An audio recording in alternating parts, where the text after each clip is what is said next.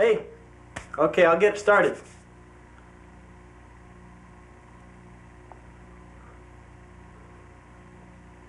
Hey, it's Three Guys Pickin, right? Oh. Sorry.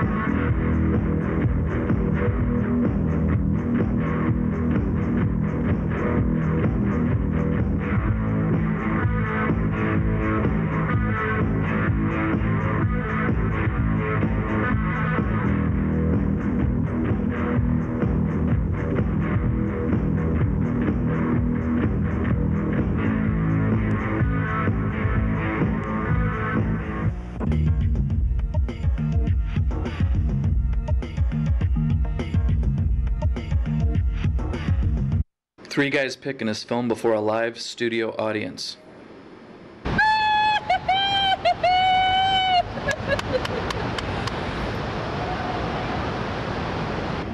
Alright, welcome back to Three Guys Pickin. We got a great show for you here today. We have the stars of the afternoon radio show on the Score AM 670, Mike North and former Chicago Bear Doug Buffone. With me as always is Brodie. Hey, what's up? Yeah. No, I'm just filming the show. Don't worry about it. Cool, man. That's awesome. We got a show here. Did your mom call you again? I'm sorry, I gotta go. They're being dicks about this. That's the only person that ever calls. Alright, I'll talk to you later. Anyway, What's going on? welcome back to Three Guys Pickin. I'm your host, Tyler. With me as always is Brodie. It's me! And, who are you, President of Ernie Fan Club? Ernie! I like Bert. Hey, I'm anybody that has a rubber ducky is cool by me. Were we talking to him? You're the extra, you don't say. Was that E stand for idiot? I think in Libya. Anyway, we got some extra special guests here tonight. Is that how you pronounce idiot? Every time with these people. I can't speak every time. Libyanese? So what's on the show today, We Tyler? got some special guests here today. We got Mike North and Doug Buffone from the Score AM 670, the Wise Guys, 2 to 6 afternoons. Did you say buffoon? Hey, don't be making fun of Chicago Bear great. It's Buffone. I'm making fun of the way you said his friggin' name. I said his name right. You got a nose hair poking out. If it was Italian, it would be Buffone. Alright, who gave him a speaking part? Dude. Does that E stand for asshole? Now that's funny. That's right. Anyway, check this out. Great interview. We'll see you in a bit.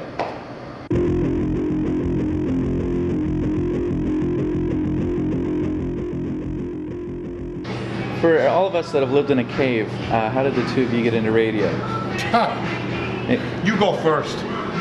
I got into radio, it was 12 years ago. The Score was, came to me and said, would you like to get involved? And I said, well, I got things to do, whatever. He said, we're going to start out. I said, well, I'll tell you what, get started and I'll come in later, maybe on the weekends to do some stuff. So I'm in my car. I've told Mike the story many times. I'm in my car and I turn it on and it's the Score, Dan Jiggets and Mike North. I told him, I pulled my car over and threw up. I said, what the hell is this stuff? So I had a TV show of my own at the time. Went right to this hot dog stand and I interviewed him the first time. And that's how we met, first of all. And then, of course, thereafter, then had an opportunity to start working. And I worked with different guys, but you were with Dan for how many years? I was with Dan for 7.5 years.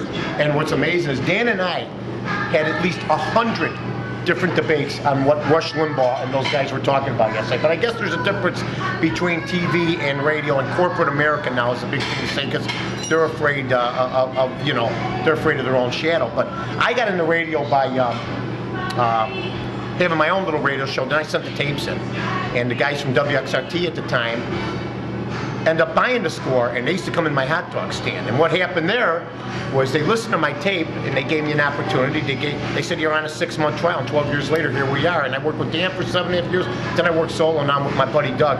Doug and I, though, worked together on his TV show weekly for about 2 years, so it wasn't new. And we also did, you know, we started out doing the weekends with the Bears, right at Soldier Field. Right. And we did all that together, too. How is it different working as a solo act as compared to having? Well, I mean, it's harder in a way, but also, you know, there's less traffic, so to speak. But I like working with Doug, and I said, when they wanted to move me to afternoons, I said, if I'm going to move afternoons, I want to work with Doug. I said, he's a great partner. We have fun. It's not a job. I mean, you come to work, you have a good time. Now, you know, the fun of the job is from 2 to 6:30. You know, the before and after, and the preparation, and at night. And I was up, you know, like last night, I'm up till 1:30 in the morning watching the Boston Red Sox Oakland A game. You know what I mean? The playoff game. So, I mean, but you know what? There's a million people that like to be in our position. So, you know, I'm not complaining. You know what I mean? Hey, keep it down over there. We're trying to do a TV show. What's wrong with that, Dick? Boy, I'll tell you what. Get up, Mike. Quit it. He just fell in the bottle of Pinot, you know. All right, welcome back. How's it going? Pretty cool, huh?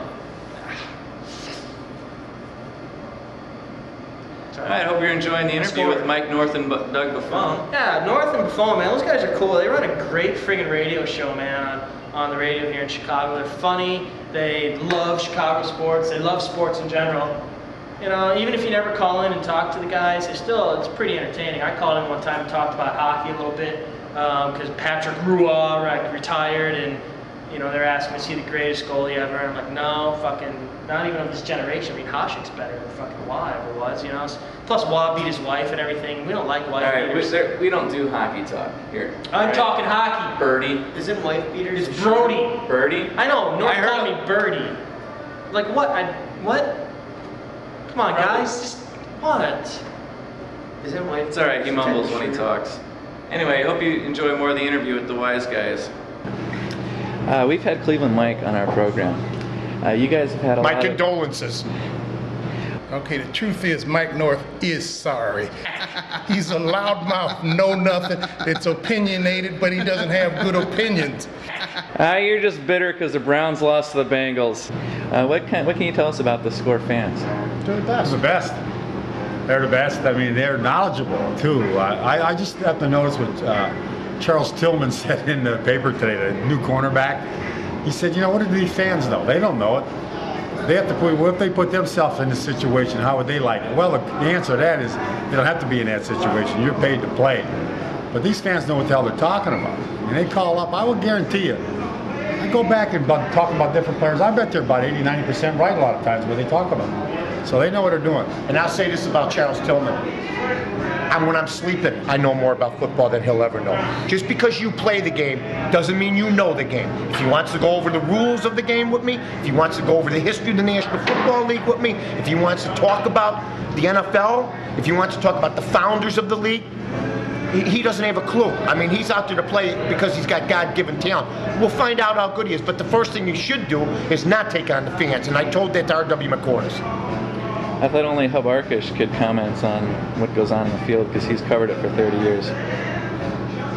Let me tell you something about Hub Arkush, okay? We've had our differences, and I know that the guy is a Cabana boy. He's a company man for the Chicago Bears, and he's on our airwaves. But you know what? Hub Arkush has turned his what he does into an industry, and for that I have respect for him. The thing I don't like is the kiss-ass attitude that he has towards the Bears. I think he loses credibility, especially when he criticizes them in the booth on Sunday and then doesn't follow up on his show on Monday with Dick Girardi. When are you going to suit back up and lead the Bears to glory?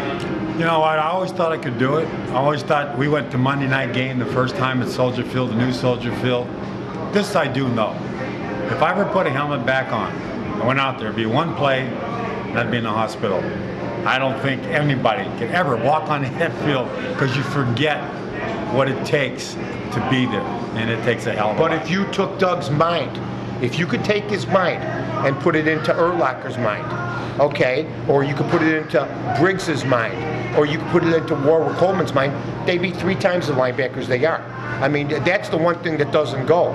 It's the brain. Doug knows more about the linebacking position than all 3 of those guys combined, and including the linebacker coach, Gary Mullen.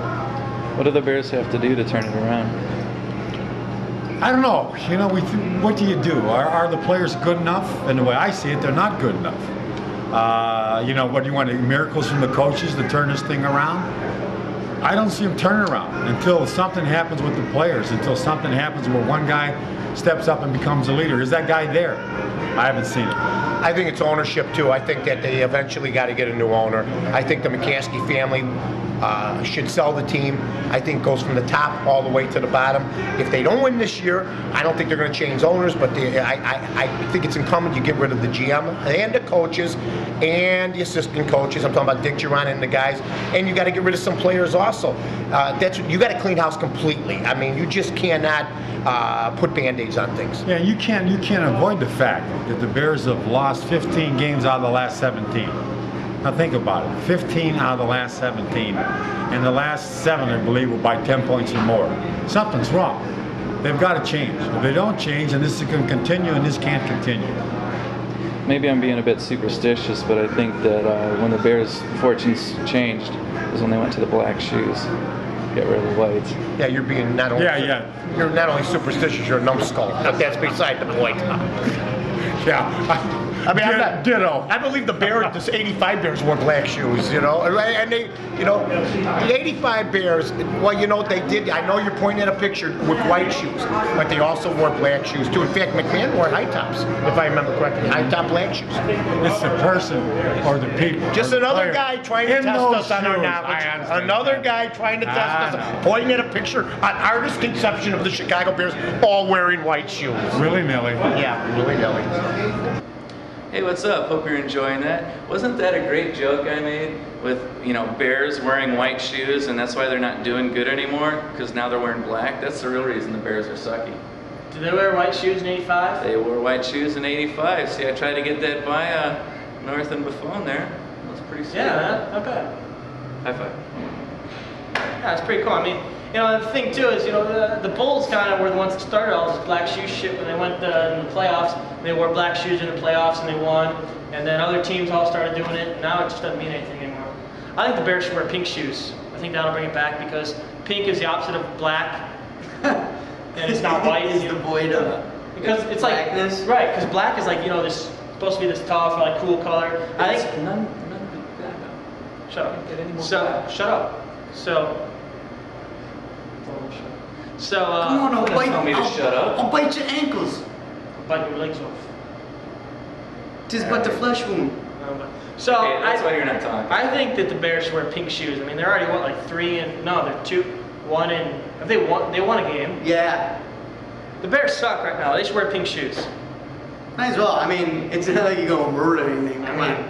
RW Quarters is going to look just as fairy-licious without the pink shoes. I mean, he sucks already, so just put pink shoes on him. Hey, dude, Arnold should start hunting him. Because he does look like the Predator. What a goof McCorders is. he can kill it. He should have been cut last year in the Green Bay game when he wanted a lateral instead of throwing a block. What a dick. Anyway, hope you enjoy more of our interview with the wise guys. Yeah. No, man. A couple years ago, Dan McNeil was maybe a little vocal on his leaving of the score. Have you guys made up? Are you friends now? Or I have nothing against Dan McNeil. I will say this, that ESPN at the time, Bob Snyder and Mitch Rosen, when they were looking for a host, interviewed me over at the Four Seasons. I brought along Jeff Schwartz and Steve Zucker, and they wanted me, but I had a year to go on my contract. So I have never gotten a thank you note from Dan. I mean, Dan's got the job basically because I couldn't take the job. And but you know, I'm happy for Dan. I mean, you know what? I have no ill will towards him. I saw him every day in all. He's never said nothing derogatory to me. So if he wants to take shots after the fact, that's not the Chicago way of doing things, and I don't pay much attention to it. I've had bigger people than him, and I'm sure he's had bigger people than me take shots at us. The dead boys and life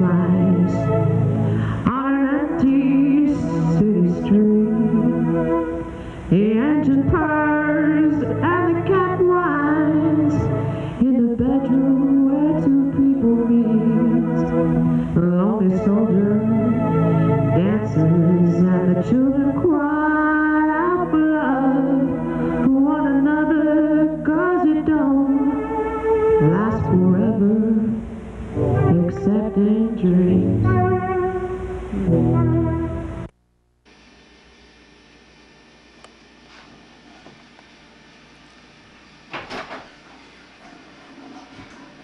Hey everybody, glad you can make it. Welcome to my part of the show where I go to really cool places from either movies or sports or the world of entertainment in general, and I got the pictures to prove that I was there just for you, sacrificing myself for the Three Guys Pickin' fans out there. So come on in and take a look. We've got a great show for you tonight.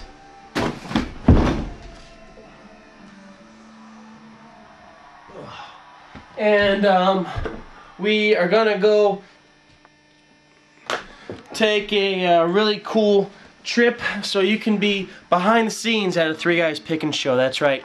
We recently went to Wrigley Field to film some episodes, and we took along our disposable camera.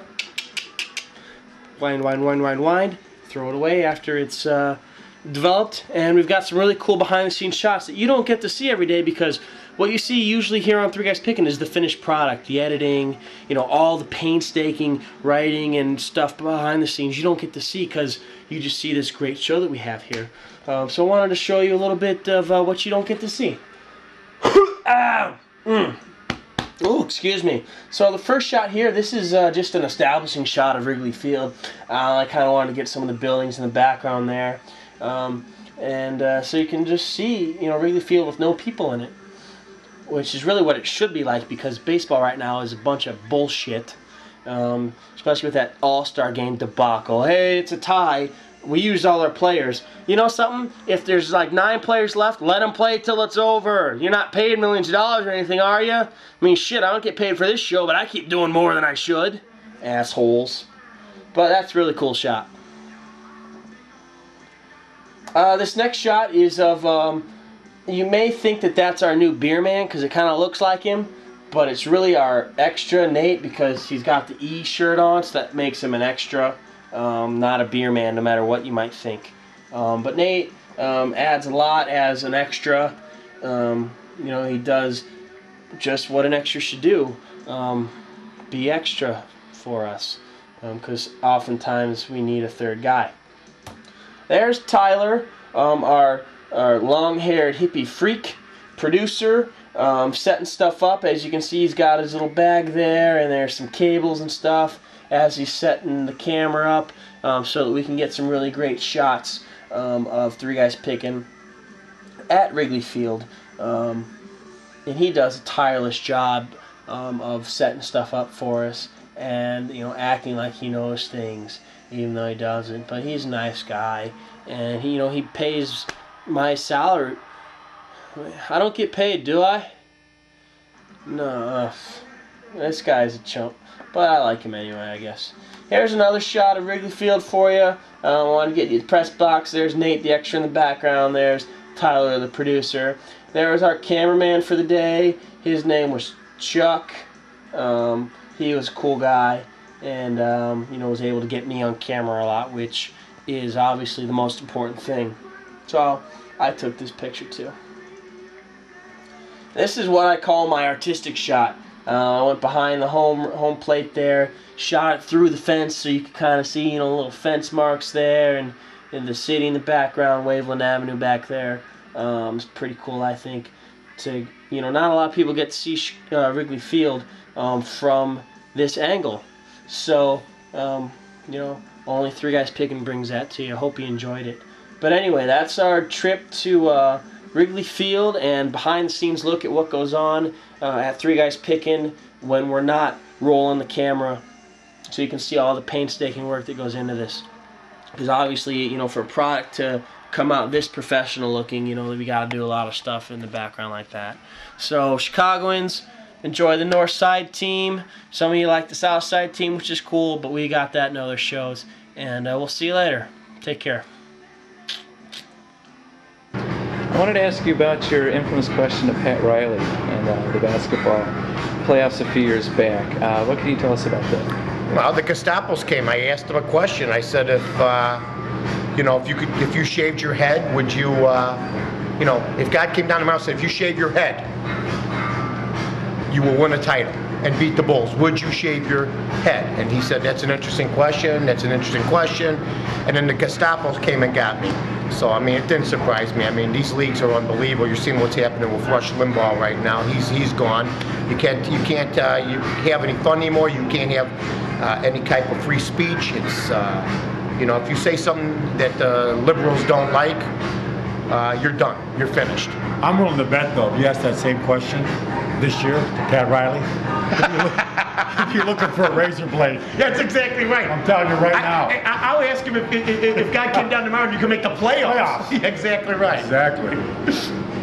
Hey, what's up? Welcome back. Hope you're enjoying the interview with Mike North and Doug Buffone. Got an interesting topic here.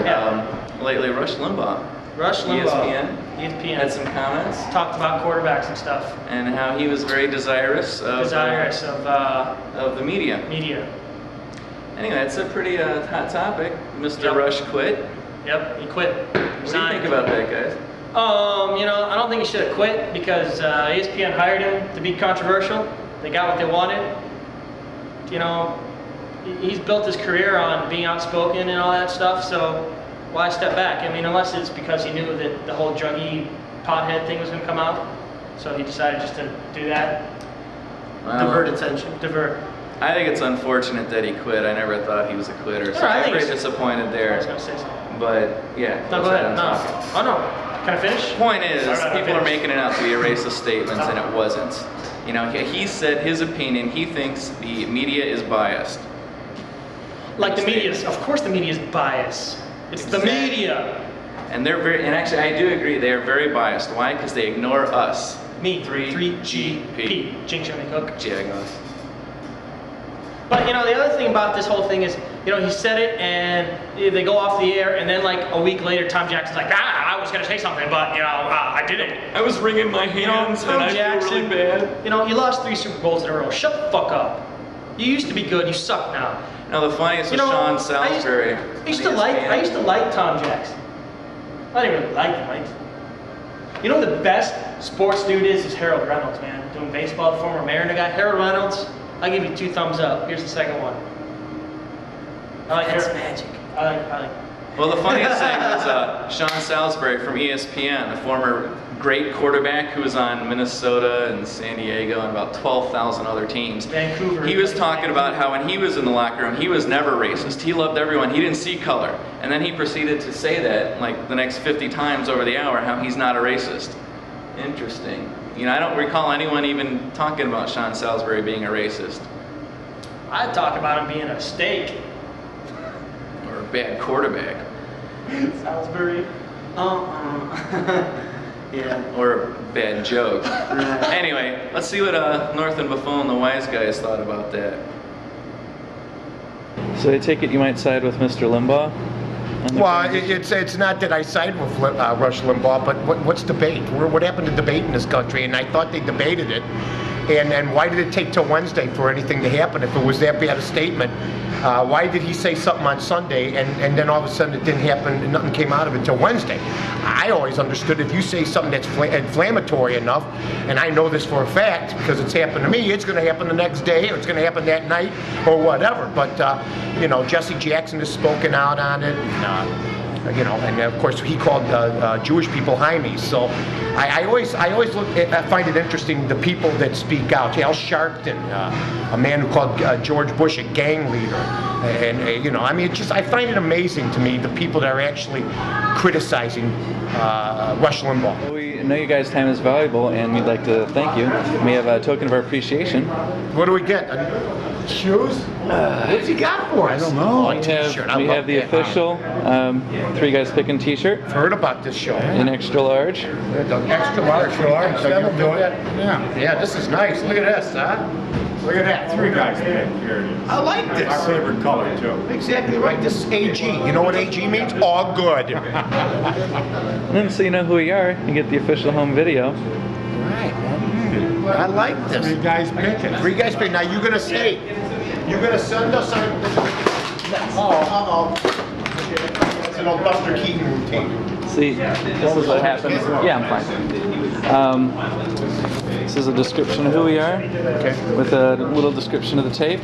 And we were recently in Screen Magazine, and they did a little article on us, and it's on the I have a lot of respect for you. So thank you. Good for you, man. I appreciate you guys. All right, buddy. Thank you, my friend. Take care.